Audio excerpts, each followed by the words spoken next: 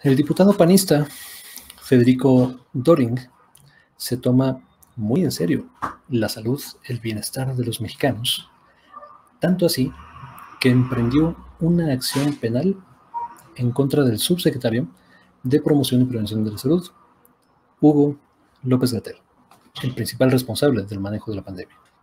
Bueno, esta es una nota de Aristegui Noticias y nos resume bastante bien lo que hizo esta personaje.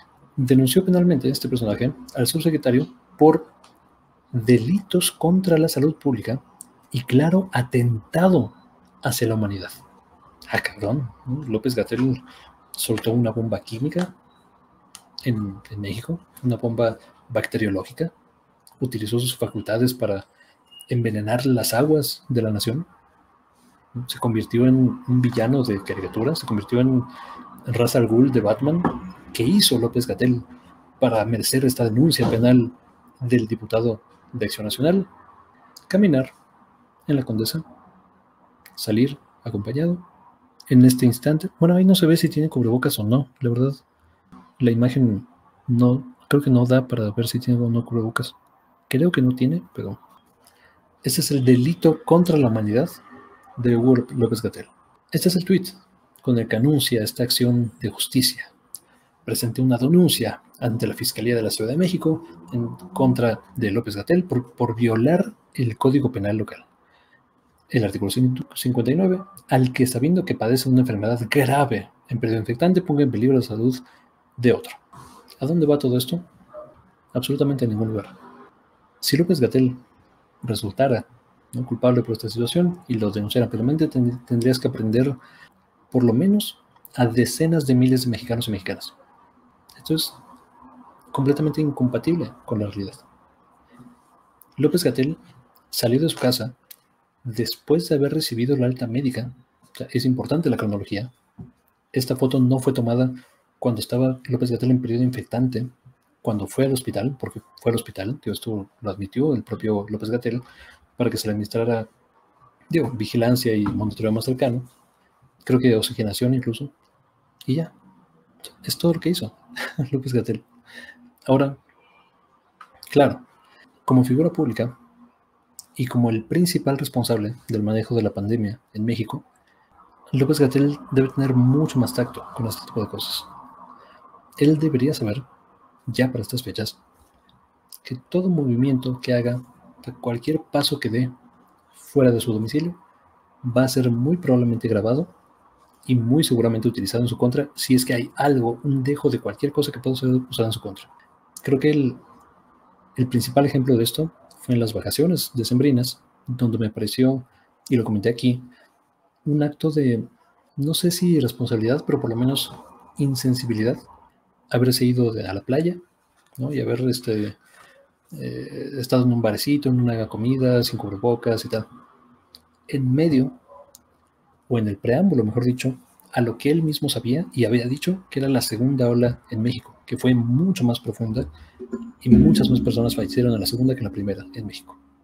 Eso me pareció una completa desconexión con su labor, porque además unos días antes él mismo había dicho, si pueden evitar salir, no salgan, si pueden evitar ir de vacaciones, no vayan de vacaciones, y él lo hizo. Entonces, López-Gatell, por supuesto, es un ser humano, es imperfecto, y se debe analizar, digamos, más allá de la persona, que debemos admitir la complejidad y contradicciones de una persona, debemos evaluarle por su actuar en sus facultades de política pública. Y ahí, honestamente, hay poco que criticarle. La derecha mexicana, ¿no? La parte reaccionaria, la parte conservadora, la parte que quiere regresar a ser la oligarquía en México, creo que en muchos sentidos lo sigue siendo, siguen gozando de los beneficios que tenían antes, solamente que ahora no pueden saquear tanto al país como lo hacían antes, pero siguen teniendo contratos de comunicación, siguen teniendo gubernaturas, diputaciones, siguen ganando contratos con gobiernos locales, bueno, ganando, ¿no? Contratos con gobiernos locales. Acabamos de ver el caso de Latinos, que es financiado por particularmente el gobierno de Michoacán, de Silvano Aureoles. Pero ¿quién más? son completamente insaciables y quieren regresar a cuando podían saquearlo todo, absolutamente todo. López-Gatell, al ser la principal figura pública al frente de la pandemia, ha sido objeto de ataques francamente ridículos. Y de nuevo, López-Gatell no es infalible y ha tenido contradicciones. Ha hecho algunos titubeos al principio de la pandemia, por ejemplo, con el tema de cubrebocas, que no sabía, que no había suficiente información, cuando después admitió que era porque no quería fomentar compras de pánico, porque esto podía evitar que el sistema de salud tuviera insumos suficientes para atender la pandemia. Entonces, para que la gente no comprara de más, fue deliberadamente titubeante en el tema de cubrebocas, por lo menos hasta que hubiera suficientes para toda la población. Eso es un error de política pública. Eso es una mentira por omisión que hizo López-Gatell. Y como eso, hay otro tipo de críticas válidas que se pueden hacer sobre su accionar, sobre las facultades que se le confieren, sobre las decisiones de política pública que impactaron miles y millones de vidas en México. Pero la crítica de la oposición por ahí no va. La crítica de la oposición es tan frágil, es tan débil, es tan derrotada, que lo están denunciando de nuevo por delitos contra la salud pública y claro atentado hacia la humanidad. Si tú ves una persona caminando en un parque público, no lleva cubrebocas, ¿se te haría razonable denunciar a esta persona por delitos contra la salud pública y atentado hacia la humanidad?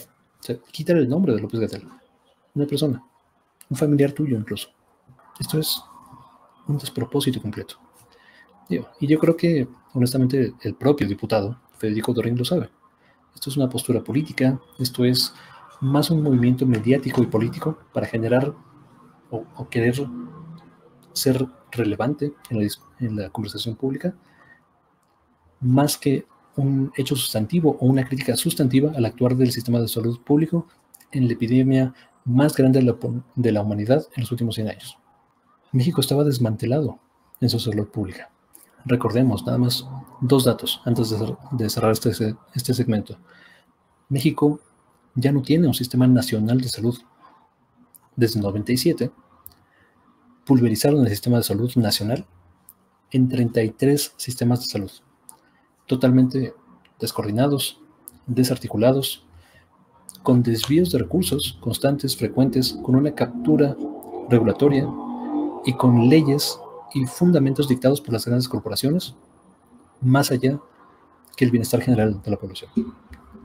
Eso era el sistema de salud que tomó el presidente López Obrador.